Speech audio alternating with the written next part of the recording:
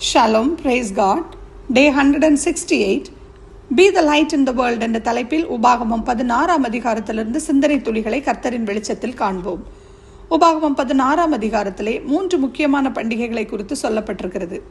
பஸ்கா பண்டிகை, பெந்தைக்கோஸ்தே பண்டிகை, கூடார பண்டிகை. முதலாவதாக பஸ்கா பண்டிகை. எகிப்து தேசத்திலிருந்து இஸ்ரவேல் ஜனங்கள் விடுதலை செய்யப்பட்டு யாவின் பிள்ளைகளாக எடுத்துக்கொள்ளப்பட்டதை நினைவு கூறும்படியாக பஸ்கா பண்டிகை கொண்டாடப்பட்டது. ஆம், இஸ்ரவேல் தேசத்திற்கு அஸ்திபாரமிட்டதே பஸ்கா தான். தேவனோடு ஒரு புதிய உறவு அப்பொழுதுதான் அவர்களுக்கு உண்டானது. உபாகமம் 16 முதல் 2 வசனங்களை வாசிக்கும் போது பஸ்கா பண்டிகையின் பின்னணியத்தை அறிந்து கொள்ள வேண்டும் என்றால் யாத்ராகமம் 12ஆம் அதிகாரத்தை வாசித்து பாருங்கள். எகிப்திலே அடிமைகளாக இருந்த இஸ்ரவேல் ஜனங்களை வாக்குத்தத்த பூமிக்கு கொண்டு வருவதற்காக தேவன் சூஸ் பண்ண அந்த பாத்திரம்தான் மோசே. இஸ்ரவேல் ஜனங்களை விடுதலை செய்ய பார்வோன் மறுத்ததால் தேவன் அநேக வாதைகளை அனுப்பினார். இறுதியான வாதை தலைப்பிள்ளை சங்காரம். தலைப்பிள்ளை சங்காரம் வரும்போது இஸ்ரவேல் ஜனங்கள் தங்கள் விசுவாசத்தை பஸ்காவாக ஆசரித்தார்கள். ஒரு ஆட்டுக்குட்டியை கொன்று அதன் இரத்தத்தை அந்த வீட்டின் நிலைக்கால்களிலே பூச வேண்டும். இந்த இரத்தத்தை பார்க்கும்போது சங்கார தூதன் அந்த வீடுகளை கடந்து சென்று விடுவான். அப்பொழுது அந்த வீட்டின் தலைப்பிள்ளைகள் பாதுகாக்கப்படும். ஏனென்றால் இரத்தம் பூசப்படாத எல்லா வீடுகளிலேயும் தலைப்பிள்ளைகளை அழிக்கும்படி சங்கார தூதன் கடந்து வந்தான். அதற்கு பின்னரே பார்வோன் இஸ்ரவேல் ஜனங்களை போகவிட்டான். இந்த பெரிய விடுதலையை இஸ்ரவேல் ஜனங்கள் நினைவு கூறத்தான் பஸ்கா பண்டிகையை நியமித்தார்.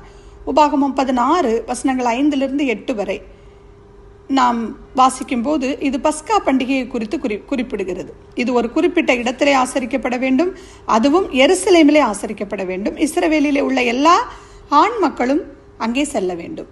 உபாகமம் 16 வசனங்கள் 9-11 பெந்தைக்கோஸ்தே பண்டிகையை குறித்து அங்கே வாசிக்கிறோம். பஸ்கா பண்டிகைக்கு பிறகு 7 வாரங்களை எண்ணுவாயாக. அப்பொழுது 7x7 49 நாட்களாக இருக்கும். அடுத்த நாள் ஓய்வு நாளாக இருக்கும். அது 50வது நாள். பெந்தைக்கோஸ்தே என்றால் 50 என்று பொருள். அதே சமயத்தில் அதுதான் அறுவடை பண்டிகையாகவும் முதற் பலனின் பண்டிகையாகவும் இருக்கிறது. உபாகமம் 16-13 இதுவும் அவர்கள் மகிழ்ச்சியோடு கொண்டாடுகிற ஒரு பண்டிகையாகும். இது 7 நாட்கள் கொண்டாடப்பட வேண்டும். இதுவும் எருசலேமில் ஆசரிக்க வேண்டும். உபாகமம் 16 வசனங்கள் 16-17 வாசிக்கும் போது இங்கே கர்த்தருடைய சந்நிதிக்கு அவர்கள் வரும்போது வெறும் கையோടെ வராமல் மகிழ்ச்சியோடு தன் தகுதிக்கு ஏற்றபடி காணிக்கையை கொண்டு வர கடவன். உபாகமம் 16-18 வாசிக்கும் போது அந்நாட்களில் நீதிமன்றங்கள் பட்டணத்துக்கு உள்ளே இல்லை, ஊரின் ஓரத்திலே வாசலுக்கு வெளியே அது இருந்திருக்கிறது. காரணம் என்னவென்றால் எல்லாரும் பட்டணத்துக்கு உள்ளேயும் வெளியேயும் செல்லுகிற இடமாகும். அங்கே நியாயத்தை புரட்டாமல் லஞ்சம் வாங்குவதையும் இந்த வசனங்களிலே எச்சரிக்கிறதை நாம் பார்க்கிறோம். உபாகமம் 16-19-20 வசனங்களில் இந்த காரியத்தை குறித்து சொல்லப்பட்டிருக்கும். உபாகமம் 16-21-22 வசனத்தை வாசிக்கும் போது யாதொரு தோப்பையோ சிலையையோ உண்டாக்கவோ நிறுத்தவோ வேண்டாம் என்று சொல்கிறார்.